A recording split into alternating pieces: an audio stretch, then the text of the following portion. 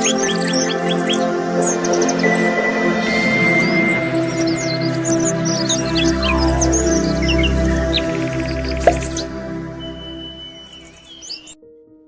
Friends, welcome back to my channel. അപ്പോൾ ഇന്ന് ഞാൻ ഉണ്ടാക്കാൻ പോകുന്നത് മഷ്റൂം തോരനാണ്. വളരെ ടേസ്റ്റി ആയിട്ട് എങ്ങനെ നമുക്കൊരു മഷ്റൂം തോരൻ ഉണ്ടാക്കാൻ നമുക്ക് നോക്കാം. അതിനായി ആവശ്യമുള്ള സാധനങ്ങൾ: മഷ്റൂം, കറിവേപ്പില, ചെറിയ ഉള്ളി, പിന്നെ വെളുത്തുള്ളി, പിന്നെ തേങ്ങ ചിരകിയത്. ഇത്രയും സാധനങ്ങളാണ് നമുക്ക് മഷ്റൂം തോരൻ ഉണ്ടാക്കാനായിട്ട് ആവശ്യമുള്ളത്. ആദ്യം തന്നെ നമുക്ക് മഷ്റൂം ഒന്ന് റെഡിയാക്കി എടുക്കണം. മഷ്റൂമിൻ്റെ തൊലി നമുക്കൊന്ന് പീൽ ചെയ്തെടുത്ത് കളയണം. അപ്പോൾ അടിയിൽ നിന്ന് മുകളിലേക്ക് ഇങ്ങനെ ചെറിയ കത്തി ഉപയോഗിച്ചിട്ടൊന്ന് പീൽ ചെയ്തെടുത്താൽ മതി. ഇല്ലെങ്കിൽ അത് നമ്മൾ തോരനാക്കുന്ന സമയത്തൊരു ബാഡ് സ്മെല്ല് വരും. അപ്പോൾ ആദ്യം തന്നെ നമുക്കതൊന്ന് പീൽ ചെയ്തെടുക്കാം. ഇങ്ങനെ പീൽ ചെയ്തെടുത്ത മഷ്റൂമിനെ ഇനി നമുക്കൊന്ന് കട്ട് ചെയ്തെടുക്കാം. ഇനി നമുക്ക് മഷ്റൂം ഇതുപോലെ ഒന്ന് ചെറുതാക്കി കട്ട് ചെയ്തെടുക്കാം. ഈ ഒരു സൈസിന് കട്ട് ചെയ്തെടുക്കുന്നതായിരിക്കും നല്ലത്. അപ്പോൾ ഇതൊന്ന് കഴുകി നമുക്കൊന്ന് എല്ലാതും കട്ട് ചെയ്ത് റെഡിയാക്കി വെച്ചിട്ടുണ്ട്. ഇനി നമുക്കിത് തയ്യാറാക്കാം. അപ്പം അതിനായിട്ട് ഞാനിവിടെ എടുത്തിരിക്കുന്നത് പാനാണ്.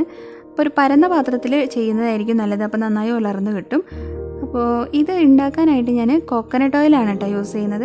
മഷ്റൂമിന് കോക്കനട്ട് ഓയിലാണ് കൂടുതൽ ടേസ്റ്റ് എനിക്ക് തോന്നിയിട്ടുള്ളത്. പിന്നെ അതിൽ ആദ്യം ഞാൻ ഇട്ട് കൊടുക്കുന്നത് വെളുത്തുള്ളിയാണ്. അപ്പോൾ ഈ വെളുത്തുള്ളി ഒന്ന് വാടി വരുന്ന സമയത്ത് നമുക്ക് കറിവേപ്പില ഇട്ട് കൊടുക്കാം.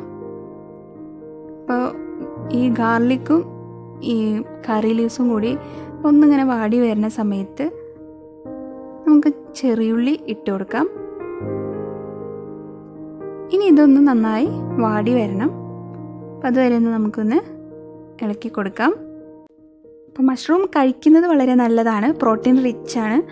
പിന്നെ ഈ ഡയറ്റൊക്കെ ചെയ്യുന്നവർക്ക് മഷ്റൂം കഴിക്കുന്നത് നല്ലതാണ്.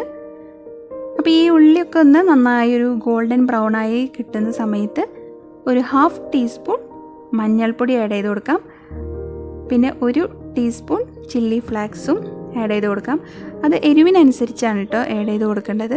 എരിവ് കുറവാണെങ്കിൽ ഒരു 2 ടീസ്പൂണൊക്കെ ഇട്ട് കൊടുക്കാം. പിന്നെ ഇതൊന്ന് മൂത്ത് വരണം. അപ്പോൾ ഇത് മൂത്ത് വരുമ്പോൾ ഈ ഉള്ളിയുടെ കനമൊക്കെ ഒന്ന് കുറഞ്ഞ് നല്ല ലൈറ്റ് വെയിറ്റ് ആവും. അതാണ് ഇതിൻ്റെ കറക്റ്റ് പാകം. അപ്പോൾ നല്ലൊരു സ്മെല്ലൊക്കെ വന്നു തുടങ്ങിയിട്ടുണ്ട്. അപ്പോൾ നമുക്ക് തേങ്ങ ചിരകിയത് ഇട്ട് കൊടുക്കാം. അതൊന്ന് നന്നായി ഒന്ന് ഡ്രൈ ആയി ആ വെള്ളപ്പശിമയൊക്കെ ഒന്ന് മാറി ഒന്ന് ഡ്രൈ ആവണ സമയത്താണ് നമ്മൾ മഷ്റൂം ആഡ് ചെയ്യുന്നത്. എന്താ കാരണം എന്ന് വെച്ച് കഴിഞ്ഞാൽ ഈ മഷ്റൂമിൽ നമുക്ക് വേറെ എക്സ്ട്രാ വെള്ളം ഒഴിച്ചു കൊടുക്കേണ്ട കാര്യമില്ല. മഷ്റൂമിൽ നിന്ന് താനെ വെള്ളം ഇറങ്ങി വരും.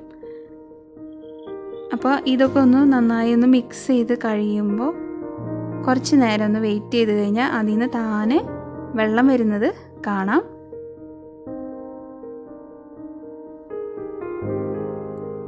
ഇത് ചോറിൻ്റെ ഒപ്പം നല്ലൊരു കോമ്പിനേഷനാണ് ഈ മഷ്റൂം തോരൻ എന്ന് പറയുന്നത്. പലർക്കും മഷ്റൂം എന്താ ചെയ്യേണ്ടതെന്ന് അറിയണ്ടാവില്ല. അപ്പോൾ നമുക്ക് ഇങ്ങനെയും മഷ്റൂം യൂസ് ചെയ്യാവുന്നതാണ്.